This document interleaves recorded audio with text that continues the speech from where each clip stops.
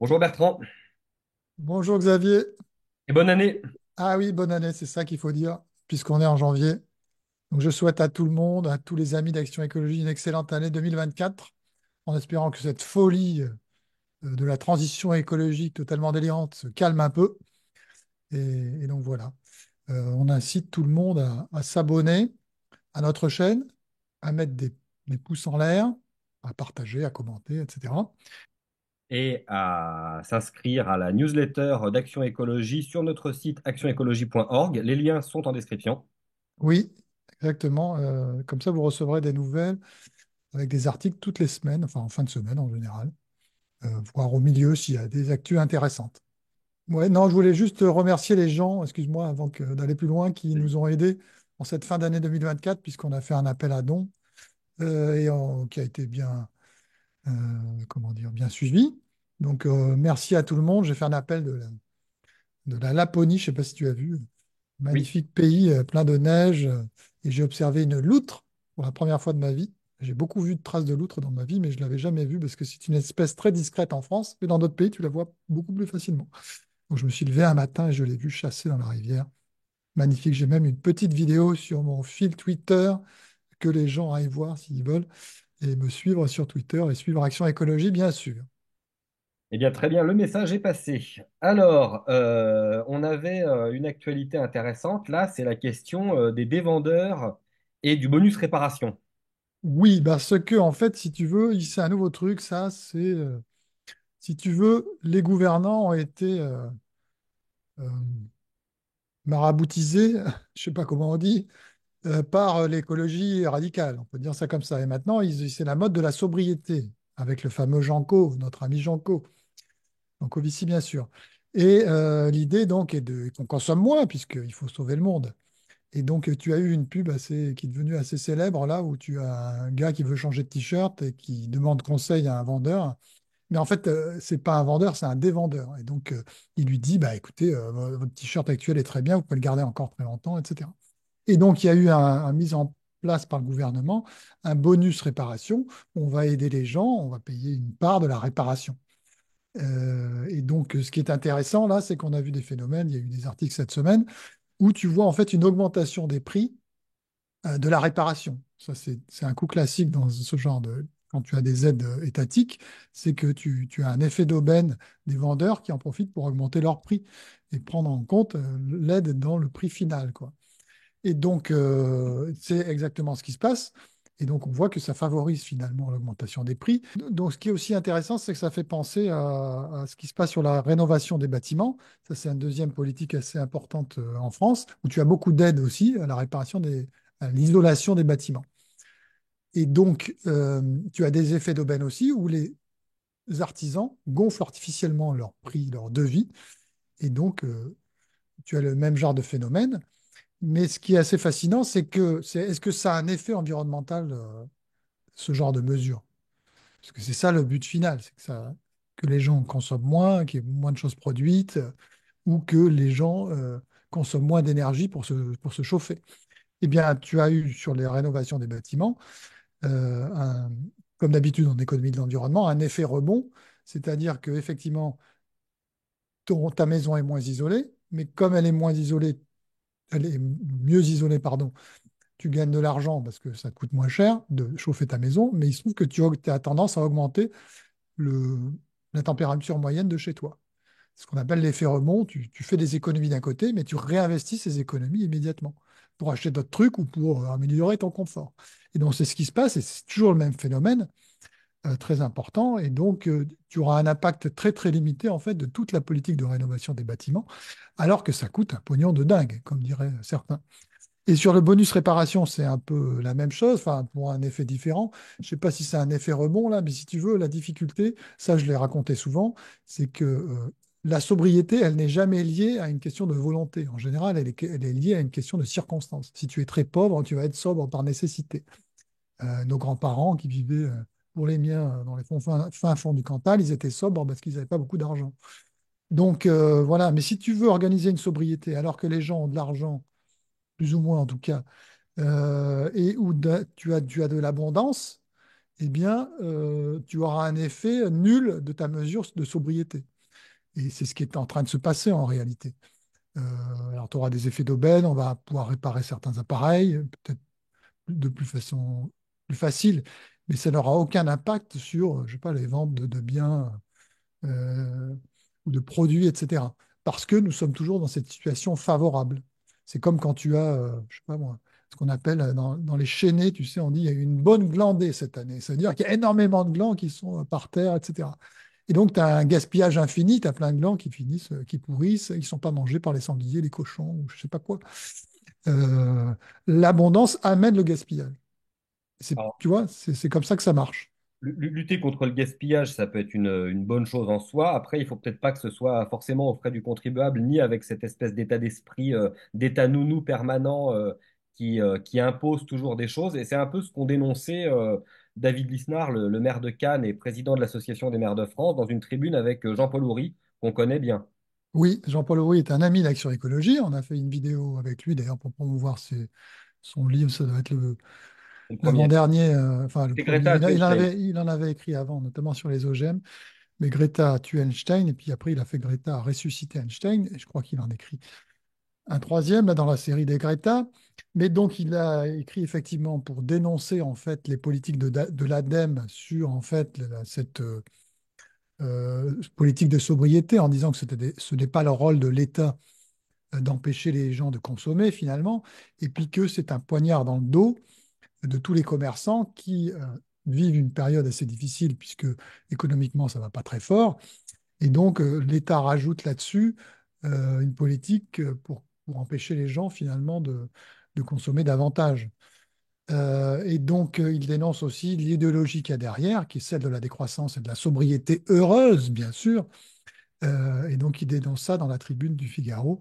Et effectivement, ils ont tout à fait raison voilà, de dénoncer cette politique qui, au fond, n'aura pas d'impact environnemental. Encore une fois, je le répète. Cette politique d'ailleurs de dévendeurs, enfin toute cette communication autour des dévendeurs, avait, d'après certains articles de presse, un peu déplu aussi à l'intérieur du gouvernement, puisque Bruno Le Maire est pas tout à fait sur la ligne de Christophe Béchu, et on peut le comprendre par rapport à ça. Qu'est-ce que ça te dit de Christophe Béchu, en fait? Oui, alors Christophe Béchu, c'est un ministre de l'écologie à la sauce moderne. Si tu veux, autrefois, on avait des ministres de l'environnement. Bon, alors ils étaient toujours un peu d'ailleurs en conflit avec les autres membres du gouvernement, parce que les objectifs environnementaux, ils vont toujours essayer de contraindre les autres secteurs, si tu veux. Et donc là, on a toujours cet individu-là, mais l'écologie à la sauce moderne, c'est quoi? C'est uniquement être obsédé par une chose, le changement climatique et le CO2. Hein, voilà, c'est tout ce qui existe, ils ne pensent que comme ça, ils ne connaissent pas les autres sujets. Et voilà. Et donc ce qui est rigolo dans Christophe Béchu, c'est ça. C'est le ministre de la Terre et du ciel, donc du climat. Et donc il va se promener pour dénoncer les inondations, parce qu'aujourd'hui on dénonce les inondations, tu comprends, parce que ça vient du dieu changement climatique, forcément. Parce qu'avant le changement climatique, il n'y avait pas d'inondation. Hein. C'est bien connu. Et donc en fait, tout événement maintenant est relié à ce changement climatique, même si ça n'a pas forcément de lien avec lui. Hein. Il faut rappeler quand même que les normales de saison, enfin, ou les moyennes, ce sont des moyennes, et les moyennes, ça ne veut rien dire. C'est un chiffre fictif qui n'existe pas dans la réalité. On ne se situe jamais à la moyenne. Hein, la moyenne étant entre 0 et 100 degrés, ça fait 50 degrés, si tu veux. Mais le 50 est fictif parce qu'il n'arrive jamais. Et donc, il a beaucoup plu cet hiver, mais c'est tout à fait normal. Mais même si ce n'est pas dans la moyenne. Ça, c'est un grand classique. Donc, on a vraiment toujours l'impression que il faudrait se situer dans la moyenne. Mais non, ça n'existe pas. Et donc, il y a des problèmes d'inondation, mais notamment dans le Nord-Pas-de-Calais, mais comme il y en a eu très souvent, et il y en aura d'autres dans l'avenir, je préfère prévenir les gens, il y aura encore des inondations. Et puis donc, alors ce qui est extraordinaire dans Christophe Béchu, c'est même quand il ne va pas sur des éléments climatiques, je me souviens qu'il était allé, hein, il avait une politique pour une fois, et là j'étais content, qui était censée répondre à un problème de, si tu veux, des zones industrielles dans les entrées de ville, etc., qui sont vraiment moches, qui ressemblent à rien. Ça, c'est vrai que depuis l'après-guerre, on a vu se multiplier ce genre de zones. Et elles sont critiquables à cause de ça, parce que ça a dégradé esthétiquement la France, on va dire ça. Et tu avais une action du gouvernement là-dessus, portée par Christophe Béchu. Et le jour où il allait lancer sa politique sur le terrain, eh bien, il a fait une déclaration en disant, bon, écoutez, ces zones-là, elles sont très mal adaptées au changement climatique. Alors, ça n'a aucun sens, parce que je vois pas en quoi elles sont mal adaptées, enfin, franchement. Mais surtout, c'est ce fait d'être monomaniaque, même quand ils ont un truc qui sort un peu de l'obsession climatique et tout, ils en reviennent toujours à leur sujet de départ. Ils sont complètement sous l'emprise, en fait, de l'écologie moderne et ils n'arrivent pas à en sortir, quoi. Aucune indépendance d'esprit. C'est-à-dire que leur politique est dictée par les ONG, par par Europe Écologie Les Verts, même s'ils ne s'appellent plus comme ça, tu vois. Donc, c'est l'écologie à la sauce moderne. Ils n'ont plus d'indépendance d'esprit. Donc, Christophe Béchu est une sorte d'écologiste radical, en fait, peut-être malgré lui d'ailleurs. Oui, il est devenu un peu un écologiste radical. Mais de toute façon, quand on veut, si tu veux avoir un impact sur le climat ou changer le climat, en se levant le matin, quand on a cette obsession, il faut vraiment être radical, hein. Euh, on en a connu du radicalisme dans l'histoire des hommes, mais là, ça dépasse l'entendement, quoi.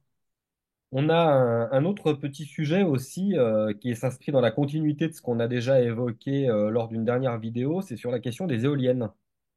Oui, alors c'est la continuité parce qu'on avait parlé d'un exemple dans l'Hérault où un parc éolien devait être démantelé par décision de justice à cause d'un aigle royal, tout plus précisément d'un couple d'aigle royal. Et on avait essayé d'analyser ça en disant qu'on était hyper content parce que les éoliennes, c'est vraiment une politique affreuse à tous les points de vue, énergétique, euh, esthétique, environnemental, etc. Mais qu'il y avait un danger quand même, c'était que tout projet d'aménagement dans l'avenir pourrait être empêché pour des questions de biodiversité et d'espèces protégées. Et comme il y a des espèces protégées absolument partout, de la plus petite à la plus grosse, si tu veux, on peut se poser des questions sur notre capacité à être compétitif et à pouvoir faire des choses sur notre territoire, et que ça pouvait poser problème. Donc en gros, c'était ça. Donc il faut se méfier un peu de... Voilà, on est content pour les éoliennes, mais il faut se méfier de ce genre de conséquences. Mais là, ce qu'on s'aperçoit, c'est qu'il y a de plus en plus de projets apparemment qui sont empêchés sur des questions de biodiversité. Il y en a eu un dans le centre de la France, c'est proche d'une forêt, puisque c'est la cigogne noire. Tu connais la cigogne blanche, c'est celle qui est très connue, qui t'amène les bébés. Mais tu as la cigogne noire aussi, qui est une espèce moins connue, mais qui ressemble beaucoup à la cigogne blanche, mais qui n'a pas du tout les mêmes mœurs, qui est beaucoup plus discrète, qui vit dans la forêt. Il y en a des couples en France, je sais pas, moins d'une centaine, mais voilà. Et donc, cette cigogne noire, qui est proche d'un projet, a empêché le projet d'arriver à maturité, disons. Et donc, voilà. Et tu as eu un autre exemple dans une forêt bretonne. Les gens ont lutté pendant des années contre ce projet. Il a fini par se faire. Tu as des éoliennes qui dépassent dans la forêt, quoi. Et elles tuent les chauves-souris. Et apparemment, maintenant, ils sont obligés d'arrêter les éoliennes pendant la nuit. Donc, tu imagines, la moitié du temps, les éoliennes ne marchent pas. Donc, la, la- la viabilité économique des champs d'éoliennes, franchement, déjà, c'était pas terrible avant. Donc, si en plus tu les débranches la nuit pour les chauves-souris, mais bientôt tu vas les débrancher le jour pour les oiseaux. Mais finalement, ça va pas beaucoup marcher. Donc, bon, on est content, mais ce genre d'exemple se multiplie. On est content, mais il faut faire attention, comme on l'a dit tout à l'heure, euh, au deuxième effet qui peut être euh, très délétère sur tous les projets d'aménagement. Or, certains projets d'aménagement sont essentiels, quoi, pour l'économie, on va dire, pour nous, quoi. Donc voilà ce qu'on pouvait dire sur les éoliennes. Bien, merci beaucoup Bertrand. Bah, de rien, on rappelle à tous les gens qu'il faut qu'ils s'abonnent à cette chaîne. Qui s'abonnent, qui like les contenus et qui n'hésitent Voilà, pas à commenter, qui soient d'accord, qui soient en désaccord, qu'ils aient des questions à poser ou des remarques à faire. Il faut jamais hésiter. Il faut commenter sous les vidéos et Bertrand répondra à chacun d'entre vous. voilà, j'essaierai. Moi, j'ai eu une critique la dernière fois sur, tu sais, la critique que j'ai faite sur l'agriculture familiale. Alors moi, j'ai rien contre l'agriculture familiale, je le précise. Et d'ailleurs, je me suis trompé de terme parce que c'est pas l'agriculture familiale. Tu peux avoir une famille qui a 1000 hectares, par exemple, aux États-Unis ou même en Hollande. C'est des grandes exploitations. Il n'y a qu'une famille qui est exploitant, quoi. Donc, c'est pas tout à fait le bon terme, mais je pense que les petites fermes euh, de moins enfin, de 50 hectares et même de 100 hectares, en fait, à mon avis, sont pas viables au niveau de l'élevage. Et donc, voilà, c'est ce que je voulais dire. C'est pas un souhait de ma part, c'est plutôt un constat un peu, voilà, de l'évolution de l'agriculture et que en France, on a ce problème d'évolution, quoi. Enfin, on pourra en reparler. Merci pour cette précision. Voilà, à très bientôt À à bientôt. tous. Au revoir.